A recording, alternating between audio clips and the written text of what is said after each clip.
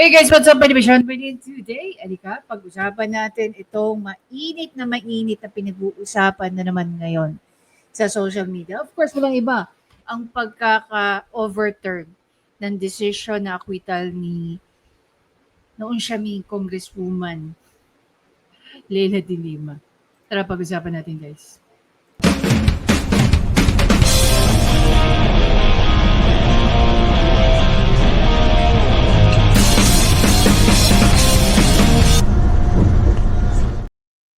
There you go. Actually guys, first time ko nakita yung post is kay Attorney Sal Panelo.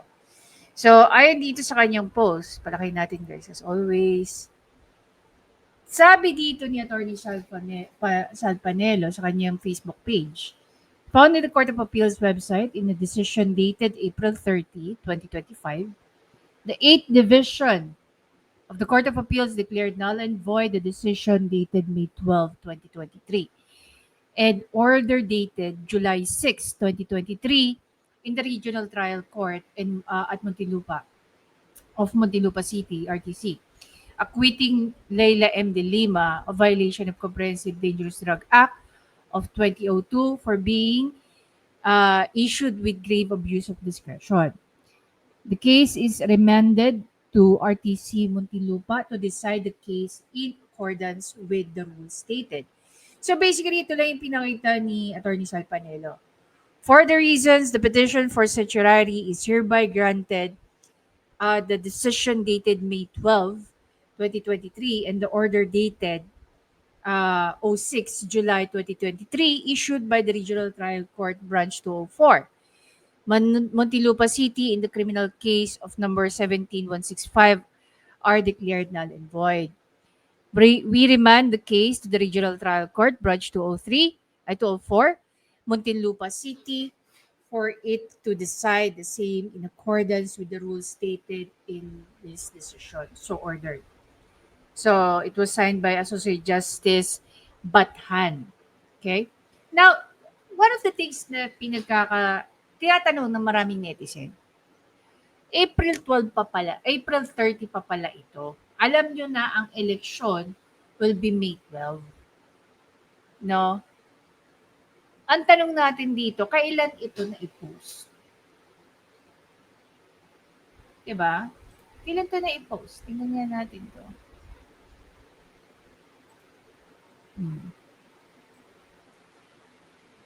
Search natin.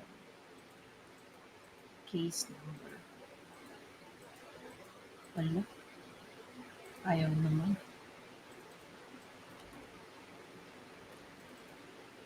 Ayaw. We're trying to pull up the hindi nakikisama ngayon yung case status inquiry ng Court of Appeals. So you have to type here. You cannot open it.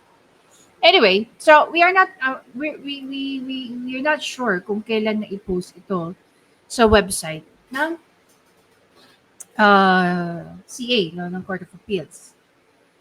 Ngayon, I went ahead and checked inquirer.net. So dito makikita natin kung ano ba yung naging desisyon or dahilan ng desisyon ng kanyang ng pagkaka-overturn na acquittal niya. Okay? Ayon sa sinulat ng ng inquirer.net, Court of Appeals overturns de Lima's acquittal in a drug case. Okay? Ang sabi dito, the Court of Appeals has overturned the acquittal of former Senator Leila de Lima in one of her drug charges. It cited grave abuse of discretion on the part of Muntinlupa Court that initially cleared her of the drug case. It is in its ruling made public Thursday, the Appellant Court 8th Division said that the Muntinlupa Court's decision failed to explain the specific facts as well as the laws on which the acquittal was based. One of the things din na naging controversial during this particular case, ayon na rin sa isang video na nakita ko kay Attorney Harry Roque. Yung judge na nag-handle ng kanyang kaso ay dati niyang estudyante. I agree with Attorney Harry Roque. In what part ako mag-agree kay Attorney Harry Roque? Number one, as a member of the academe, as a professor, it is very less likely na hindi mo maaalala na naging estudyante mo ang isang law student. Okay? It's very, very, tawag dito, it's very less likely na makakalimutan mo na naging estudyante mo yan. Lalong-lalo na pag may mga bagong na-appoint na judge or associate justice. Kasi network yan eh. Maniwala kayo sa hindi guys, sa mundo rin ng judiciary, you need to network. You need to know lawyers din.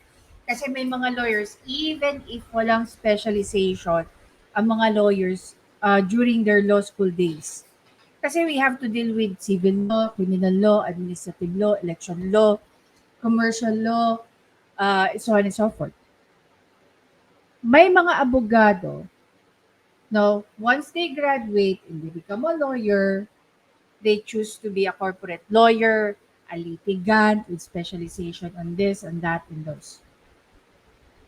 So having a network, you can easily, say for example, may client ka, you're a litigator, okay?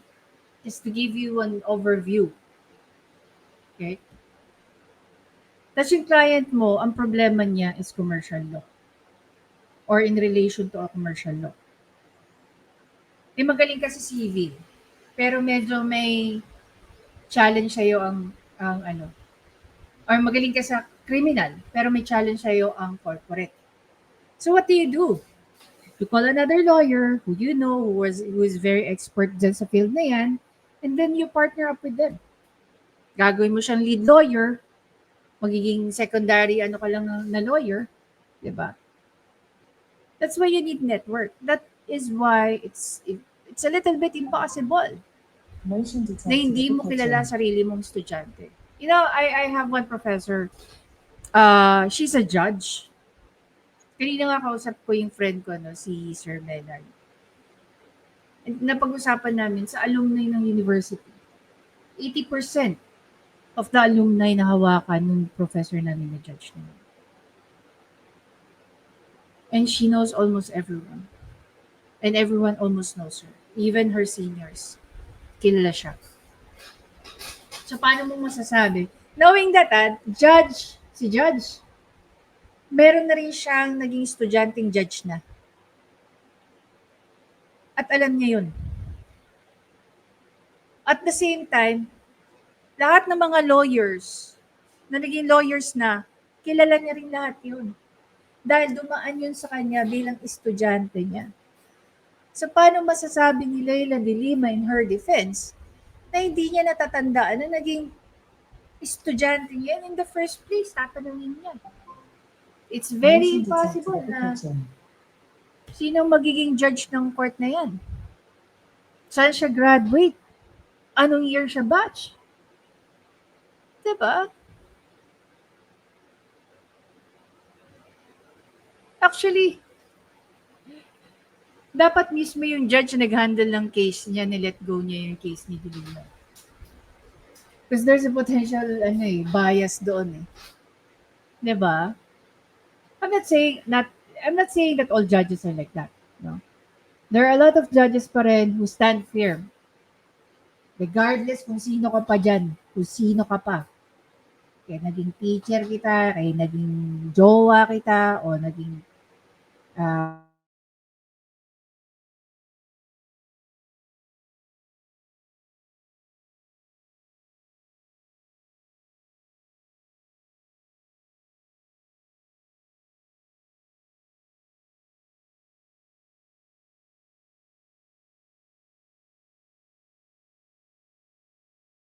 nag-handle ng case na yun.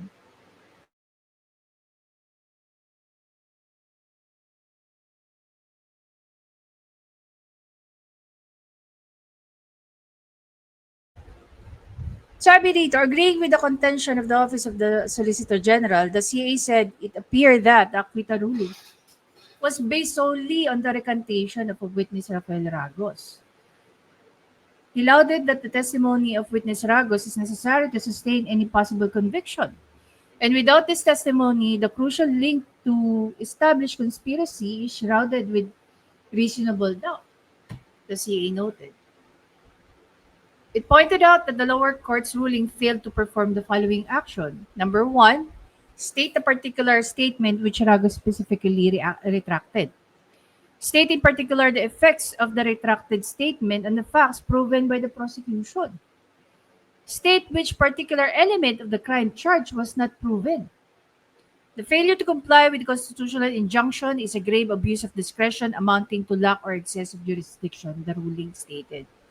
The court also dismissed the argument that retrying dilemma would constitute probable double jeopardy. Definitely not. That's a different story. Unang-una sa lahat, hindi naman po panibagong kaso ito. Okay? This is an existing case na inapila ng prosecution. 'Di ba? Oh. Hindi pa to final and executory, hindi pa po to nakakarating ng Supreme Court. It asserted that the initial acquittal being based on a void judgment does not qualify for protection against double jeopardy. In this case, however, the acquittal was not a valid acquittal.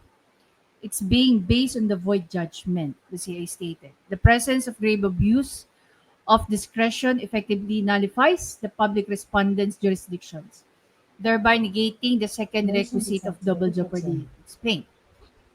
The case is remanded back to the Regional Trial Court, Muntinlupa City, for a new decision adhering to the legal standards mentioned in the CA's ruling. The decision was written by Associate Justice Eleuterio Bathan and concurred by Associate Justice Nina G. Antonio Valenzuela and Florencio Mamaug Jr. So ito I think one of these days possible tong maging landmark case.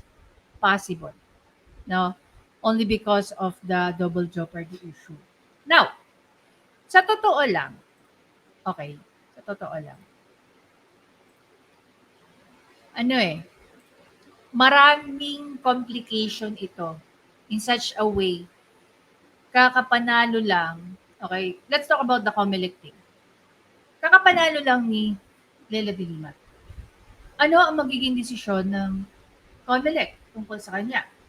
Sabi ng Comelec, they are going to suspend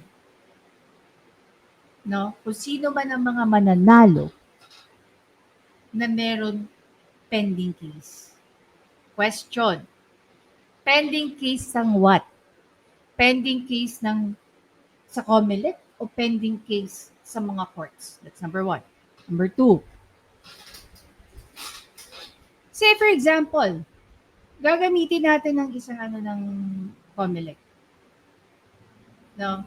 Gaya in the case of PRRD. Siya ngayon ay nasa The Hague. Wala pa po siyang conviction. May pending case siya doon. Okay? Anong sabi ng Comelec? Motion to talk to the kitchen. Hindi nila pwedeng i-disqualify si PRRD because wala pa naman decision on The Hague. Okay? Wala siyang conviction. So I will think the same rule will apply to Leila de Lima. But there's another question there. Ano naman? If you recall, during Duterte's time, siya ay nakakulong. Okay? Nakakulong siya.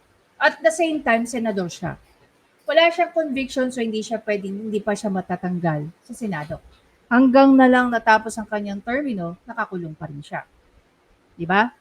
Okay. Ngayon, if that were gonna happen, ito na yung susunod na magiging tanong natin.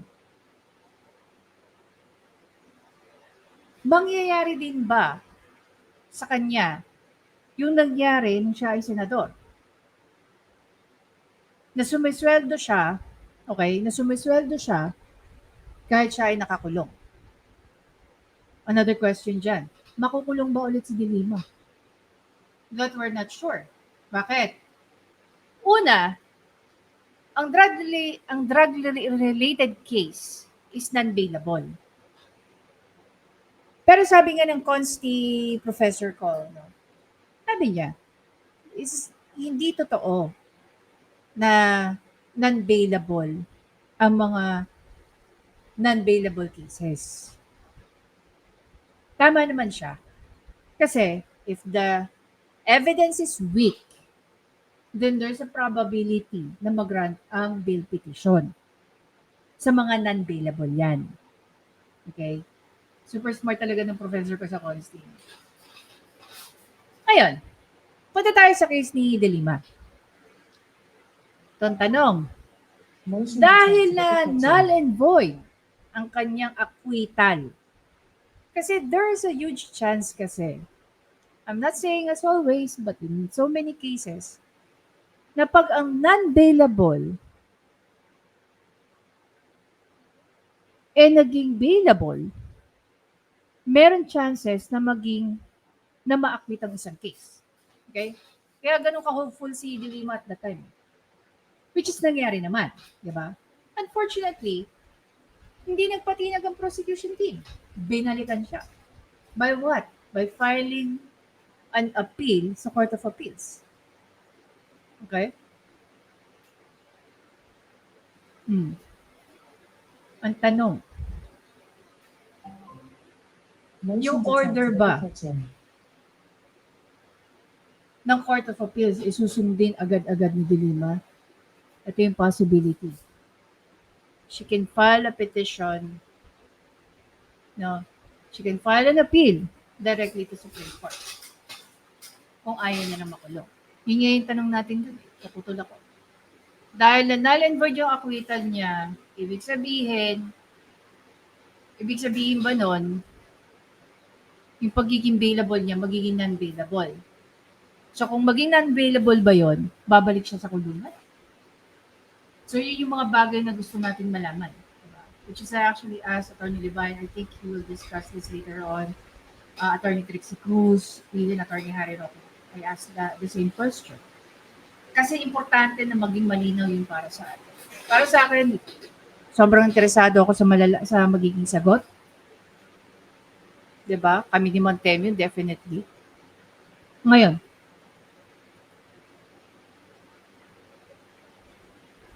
kung babalikan natin yung desisyon ng Supreme Court based sa sinabi ng Inquirer.net, ano na ngayon ang possibility Motion to table the petition. ng kanyang acquittal?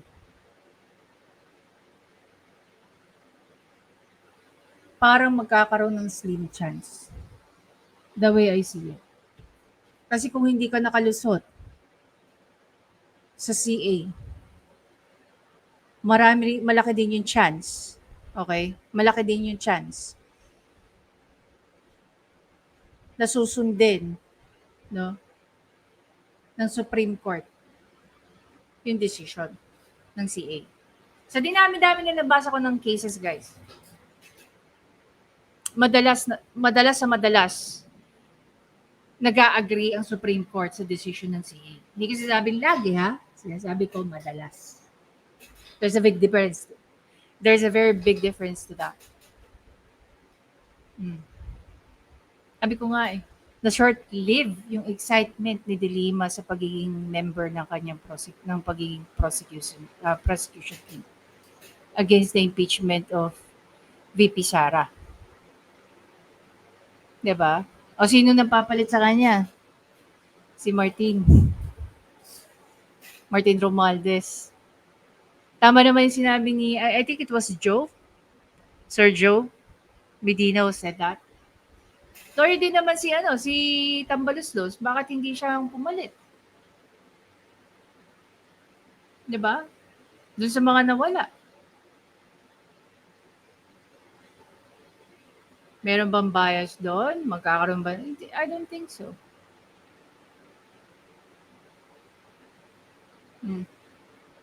Ang dami nating tanong.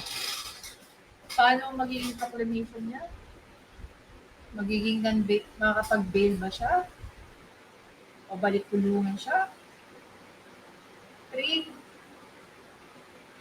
sa sitwasyon niya, susweldo ba siya ulit? Susweldo ka ba ulit habang nakakulong tapos wala ka namang ginagawa? Gaya ng ilang taon nangyari yan sa'yo. 'Di ba? Pero tatandaan niyo, hindi pa siya nakakapag-oath. Hindi pa siya nakakapag-oath of office. Mm. Very crucial yung process niyo. Proclamation, oath of office, tapos very crucial yun. So, sino yung susunod na nominee nila? 'Di ba? Yun yung inisip ko eh. So, kung balik trial siya, balik kulungan siya, dapat palitan siya ng second nominee. Para hindi naman masayang yung pera ng taong bayan, gaya ng ginawa natin nung time na siya ay nakakulong, tapos siya pa ay siya ay isang incumbent senator. Diba? Let's not do that. We've already wasted a lot of money to Laila de Lima. Motion detected at the kitchen. Imagine nyo, no, April 30 pa yung na-desisyonan, lumabas lang after election. Tinago ba yan? O hindi lang talaga natin alam? Definitely, I'm very sure alam nila. Alam na alam ni Laila de Lima na na-overturn yung acquittal niya. Diba? And she played innocent. Sa bagay, should she be proud na na-overturn yung kanyang acquittal? Of course not. Diba? Pero excited siya, no? Maging member ng prosecution. Maging member ng prosecution team. Anyway guys, ayan, tulungan niyo ako mag-isip. Ano sa tingin niyo? Balik oblo ba to si Leila de Lima? Anong gagawin sa kanya ng COMELEC? Dahil siya isang party list nominee. Person detected at Canberra's. Kissing face emoji. Bakit sa Smiling face tingin with niyo hearts ngayon lang emoji. lumabas to? Romantic face emoji. Bakit hindi before ng election? Ano rin kaya gagawin ng prosecution team doon sa judge na nag-decide doon sa decision sa pagkaka-acquit ni Leila de Lima na estudyante niya rin? We don't know. Actually, aabangan natin ang storyan to. At we're going to continue na pag-usapan itong storya ni Leila de Halimaw. Tindi talaga. Anyway guys, again, maraming salamat sa panonood. Please don't forget to subscribe, like, at i-comment nyo na ang inyong thoughts about this. Sa tingin nyo, saan to pupunta?